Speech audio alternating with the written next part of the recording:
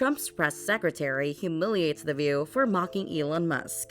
Yesterday, Elon Musk took his son X to a press conference. I did not name the child. And I don't want to hear any more mess about our names, okay? Okay? Oh. Anywho, he took little X. Funny. And little Instagram.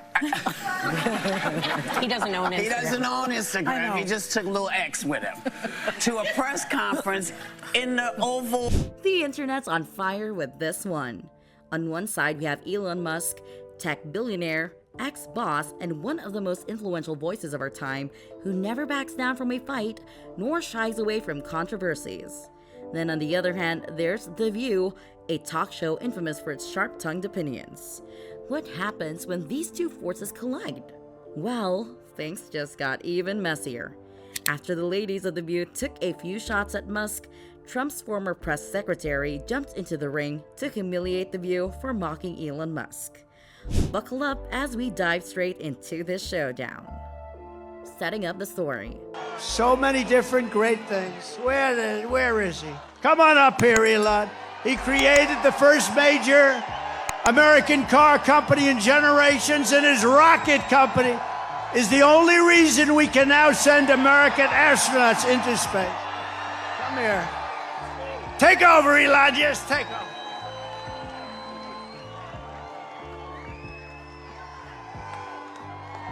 Elon Musk is known for his groundbreaking work in technology, from Tesla to SpaceX, and his often unpredictable behavior on social media. But beyond his tech empire, Musk has also become an influential political figure. His relationship with former President Donald Trump has evolved over the years from skepticism to full-blown support. During Trump's recent campaign, Musk played a key role in advising on economic and technological policies. He was even appointed to lead the newly created Department of Government Efficiency, or DOGE, a role that combines his passion for innovation with governmental restructuring. And yes, DOGE is a nod to the cryptocurrency Musk has frequently endorsed, Dogecoin. Under Musk's leadership, the US government has even explored limited use of Dogecoin for official transactions, sparking both praise and criticism. So it's no surprise that Musk was invited to a high-profile Oval Office briefing. But what shocked everyone was who he brought along: his 4-year-old son, A12. The event would set off a chain reaction of debates, criticism, and even outright mockery from mainstream media. But why did this moment become such a flashpoint? Let's dive in. The little boy in the Oval Office. Okay, this is X, and he's a great guy, high IQ. He's a high IQ individual. And he's got this, check out this cool chain he's got. Democracy. This may seem like, well, aren't we in a democracy? Well, if you don't have a feedback loop, okay, X, we would have to, if you, sorry. Tell you, gravitas can be difficult sometimes. X-A12, affectionately known as X, is the first child of Elon Musk and musician Grimes. His name is one of the most unusual in the world, with Musk explaining that X represents the unknown, Ash is the symbol for AI artificial intelligence, and A12 is a tribute to the Lockheed A12 aircraft, one of his favorite planes. At the Oval Office briefing, Trump introduced X to the press, calling him a young genius in the making. The toddler, reportedly fascinated by the cameras and the grandeur of the event, had a brief moment in the spotlight. While much of the event was lighthearted, a particular exchange caught attention. Trump leaned in and asked X something, to which he responded in a way that amused the room. Some reports suggest he said something about rockets, a clear nod to his father's passion for space exploration. This could have been just an adorable, wholesome moment, but as we'll see, not everyone found it charming. In fact, some found it outright offensive. Questions arose about whether it was appropriate for children to be present at such high-level political events. While some saw it as just a harmless moment between a father and son, the aftermath was tumultuous. Elon Musk's X reacts. Together!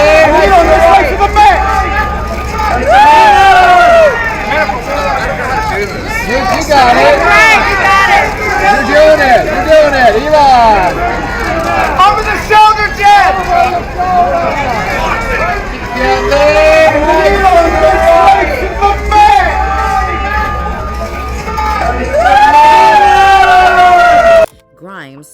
X's mother, and a well-known musician, wasn't thrilled about her son's presence at the event. She took to social media to express her frustration, posting, "He should not be in public like this." This sparked a conversation about whether Musk should be bringing his young child into political spaces. Grimes has spoken before about wanting to protect her children's privacy, and this moment directly conflicted with that. Her reaction shows a broader issue that many celebrity parents face. Should children of famous individuals be kept out of the spotlight, or is it inevitable that they'll be included in major public moments? Maybe Musk should have consulted Grimes before bringing X to the Oval Office. The View's low ball. With all these questions and concerns swirling, The View jumped into the conversation. The talk show, known for its liberal stance and controversial takes, didn't hold back when discussing Musk's decision to bring X to the briefing. Yesterday, Elon Musk took his son X to a press conference. I did not name the child. And I don't want to hear any more mess about our names, okay? Okay? Oh. Anywho, he took little X. Funny. And little Instagram. He doesn't know an Instagram. He doesn't know on Instagram. He just took little X with him to a press conference. Whoopi Goldberg and Joy Behar openly mocked X's name. Goldberg quipped, "I did not name the child, and I don't want to hear any more mess about our names," eliciting laughter from the audience. Behar sarcastically asked, "Does he even know his own name?" The mockery didn't stop there. The panel also took jabs at Musk, questioning his credibility in government roles and implying that he was using his child for publicity. This wasn't well received by many viewers. Social media exploded with backlash against The View, with users calling their remarks insensitive and unprofessional. But they were not the only ones with some criticism of Elon Musk. The media's Musk meltdown. In the private information about maybe hundreds of millions of American citizens as young as 19, the big balls here that Katie's talking about, most of them are in their early 20s. There's an exception I'm going to get to in a minute. I'm curious though, Kara, how well does even Musk know these young? Elon Musk has been sending his juvenile fascist night crew to federal agencies and departments throughout Washington, including coming into my district, to NOAA, to NIH, the FDA, in order to get not just all the financial records, but personnel records at NIH, patient records, records from various studies. The mainstream media has been throwing shade at Musk over his Doge activities, his ethical compass, and some very interesting comments about US aid. First off, let's talk Doge, but not the cryptocurrency kind. Musk joined this Trump-era group called the Department of Government Efficiency, or Doge for short, aiming to streamline government operations. But things heated up fast. Critics wondered if Musk's business empire and a government role were a dangerous mix. Questions like, does he even have the clearance for this, kept surfacing. Imagine Elon with all his power getting access to government secrets without the proper clearance. It was enough to send the internet into a frenzy. Then there's Musk's ethical side. You know how he's always tweeting, right? Well, some in the media are speculating that he may be manipulating markets or public opinion with a tweet or two. They're practically calling him the puppet master of Wall Street and X, formerly Twitter, combined. That we have. So a couple months ago, I predicted, and I said, guys, I don't know why, now that if Trump wins, this is like the last week of October, first week of November, I said, if he wins, they're going to say the new president of the United States is President Elon Musk. And they're going to call him a puppet master, and they're going to do in a cover of a magazine all over the place, and everyone's going to talk. Just this week, we're going to show you a clip of how many different people are saying that. The likes of Adam Kinzinger, Bernie Sanders just yesterday. You're going to hear them do this just to create a wedge between the two of them. The question is, will it work? Next, billionaire Reid Hoffman. But that's not all. Remember when Musk tweeted about US aid spending on condoms in Gaza? Yeah, he basically said that what's with all these condoms? Suddenly everyone's fact-checking and pretty much rolling their eyes at Musk's commentary. But hey, it sparked a whole conversation about how the US government spends tax dollars. So here we are with Musk at the center of this media storm. Is he the visionary America needs, or is he just stirring the pot for the sake of it? The mainstream media appears to be on a mission to find out. There's a lot of controversy about Elon Musk, and let's just dispel some of it. He is not a freelancer. He was appointed a government official. Donald Trump, by an executive order, created the Department of Government Efficiency, and it only is going to last till July 4th, 2026. It's not a permanent agency. AID was created by John F. Kennedy in 1961 by an executive order. Let's get straight what Elon Musk is trying to do. He's going through all of these agencies and finding waste and fraud, and he has Are these critics hitting the mark, or is this just the media playing catch up with someone who's always 10 steps ahead? Caroline Leavitt's defense of Elon Musk. We're just wondering if there's some proof, evidence. Is the White House willing to share evidence of those fraud claims, or can Elon Musk come to the briefing room and share material evidence of what he's talking about? Sure, I would love for Elon Musk to come to the briefing room. That's why we had him go to the Oval Office yesterday, where I think he provided great answers. He was speaking in layman's terms, speaking common sense to all of you in the media, but also to Americans at home. But I would say especially to all of you in the media, because I think it's a real fallacy that there's this alleged lack of transparency when it comes to Doge. President Trump and Elon Musk have been incredibly transparent on what Doge is doing. Caroline Leavitt, Trump's press secretary, has taken a stand not just for her boss, but also for Elon Musk and his controversial role in the Department of Government Efficiency, or Doge.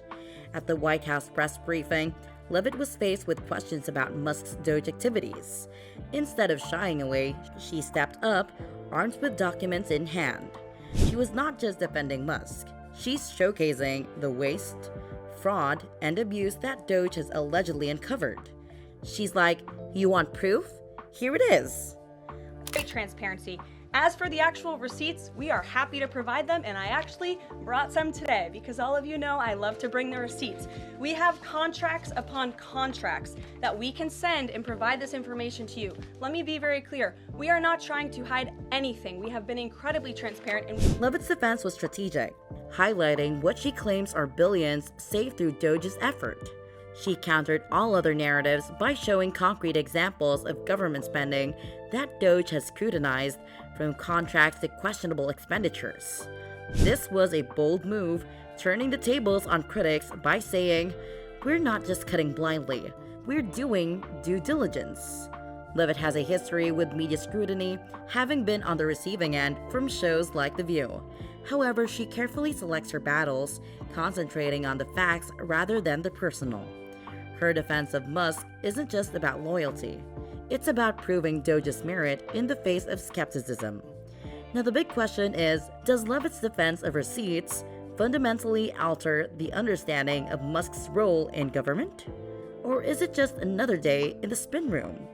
Elon Musk responds.